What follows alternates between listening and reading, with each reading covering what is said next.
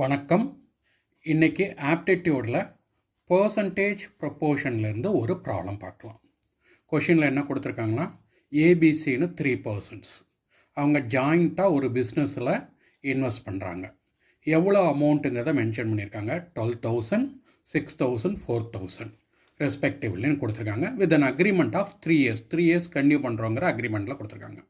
But என்ன பண்ணியிருக்காருன்னா, 1 year கழிச்ச பிறகு ஏ அந்த பிஸ்னஸ்லேருந்து விட்ரா பண்ணிக்கிறாரு. 18 மந்த்ஸுக்கு அப்புறம் பி விட்ரா பண்ணியிருக்காரு. சி முழுசாக 3 இயர்ஸ் கம்ப்ளீட் பண்ணியிருக்காரு. இப்போ 3 இயர்ஸுக்கு அப்புறமா அவங்களுக்கு மொத்தமாக வந்த ப்ராஃபிட் 1,650.